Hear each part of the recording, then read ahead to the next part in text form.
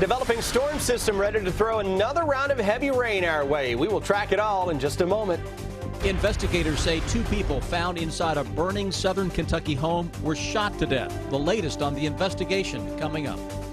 UK police say new smartphone app here on campus will make students even safer. Tracking, alerting, protecting. This is WKYT News at 4:30. Good afternoon on this Monday. Sam, Dick, and Amber Philpott reporting. The bluegrass continues to thaw out from last week's record-breaking snowstorm. And now several days of rain are on the way, which means the potential for more flooding. WKYT's chief meteorologist Chris Bailey is tracking the threat on the First Alert Defender. Hi, Chris. Yeah, guys, rain just now beginning to enter the Tennessee Valley, and that's the first round of several coming our way over the next 5 days that will likely pack a heavy rain punch, each of them depositing an inch or 2 of water as they roll across the area and some locally higher amounts. So without question, focus of the forecast is on watching the high water threat. We're still dealing with some flooding problems out there now. We have a saturated ground from the past 3 weeks of snow melt. We've had a lot of heavy rain in there as well.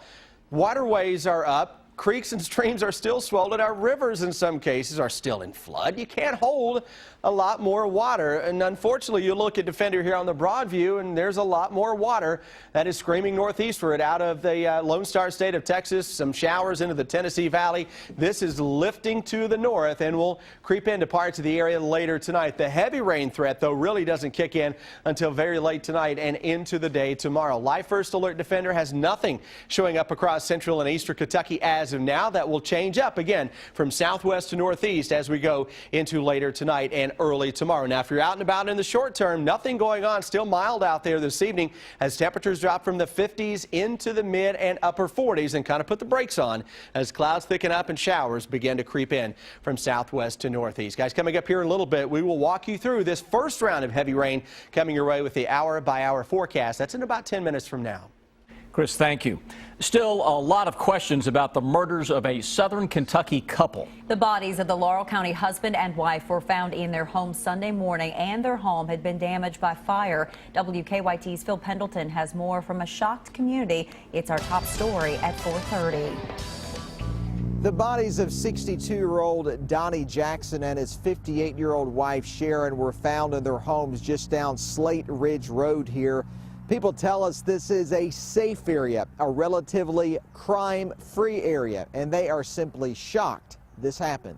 Police say they're not sure what exactly happened inside the couple's home. The victim's grandson reported the fire. The two were then found inside the home, both with gunshot wounds. Whether it was a burglary, a robbery, a home invasion, or something else, police say at this point they're not sure. A $1,000 reward through the London Laurel County Crime Stoppers program is being offered. Neighbors say Donnie Jackson was a well-liked and thought-of person. He was a war veteran and was retired. Those on Slate Ridge Road say they don't know how anyone would want to do this. I can't even imagine what kind of person.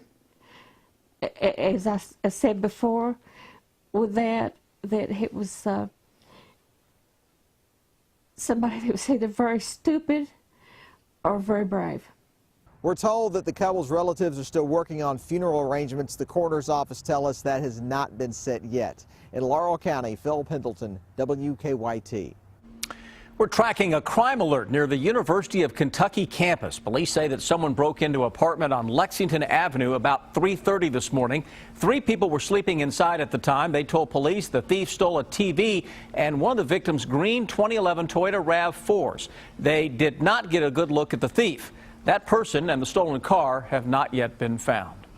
A Lexington business is cleaning up the damage caused by an overnight fire. It started about 2 this morning at Interplex Plastics off Nandino Boulevard. Firefighters say the sprinkler system put most of the fire out, but there is smoke and water damage inside. An arson investigator is looking into the cause of the fire.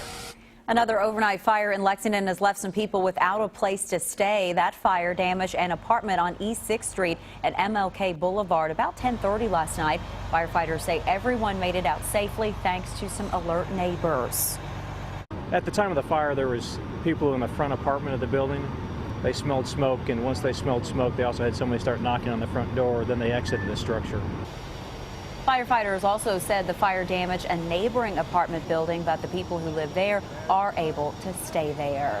Some new technology is providing more protection to Kentucky students, faculty, and staff. The Live Safe app users can report crimes and share information with police on their smartphones. WKYT's Sean Moody's on the UK campus to show us how it works.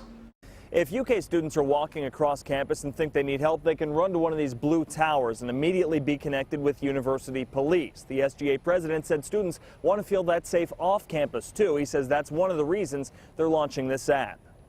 The Live Safe app allows users to connect directly with campus police. Using the menu, students can send tips in to police using text, pictures, audio, or video. SGA President Jake Ingram said the app went live on campus a couple of weeks ago, and people have already started sending in tips. The app will also allow students to broadcast their location on a map while walking around campus in case they want someone to keep an eye on them. Ingram called it a virtual buddy system. It's a 15-20 minute walk back to your off-campus home. You can set up this safe walk and get one of your, say maybe it's your roommate at home, to watch you through the app as you walk home.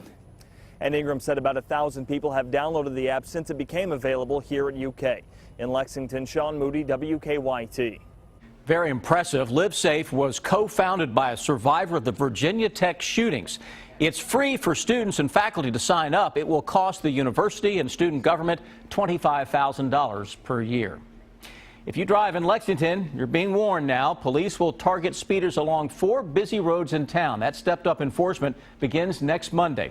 Police are on the lookout for speeders on Versailles Road between Man o' War Boulevard and New Circle Road, on the inner loop of New Circle between Versailles and Harrodsburg and Tates Creek and Alumni Drive, and also on Man o' War Boulevard near Mount McKinley Way. Lexington police say the campaign is not about writing more tickets, but to get drivers to slow down. Fayette County Schools still searching for a new school superintendent, and they want to hear from you. There will be 6 public forums this week starting today. Tonight's forum starts at 6:30 at Central Office on Main Street. There will be 2 forums tomorrow, one at 11:30 at Masterson Station at the clubhouse and one at 6 p.m. at Sandersville Elementary. We have a list of the other dates and times for you on WKYT.com. Well, we all know that UK Wildcat fans are one of a kind. They bleed blue and they will do anything to show their love for the Cats. Tonight on WKYT News at 6, I'll introduce you to one group of fans who can call themselves the Big Blue Bearded Nation. It's a story that's in progress for you. UK fans are unmistakable. They cheer the loudest. They travel by the thousands. And again, they'll do just about anything for their Cats. So take this group of guys. Most of them have been friends since their high school days in Lexington. There they are. They have always been the biggest Blue fans, but recently their love for the Cats has grown even more, and it started with a simple joke on Facebook. We never thought it'd get this big. You know, a lot of us never have grown our beards out like this before, and what better reason to do it than for the Cats, you know? And a lot of people got mistaken at first thinking, hey, when we lose, we're going to shave it. But no, it's when we win the whole thing, we're going to shave it. So. Coming up tonight at 6, why this group is now 80 beards strong and keeping with the vow of no shave till 9.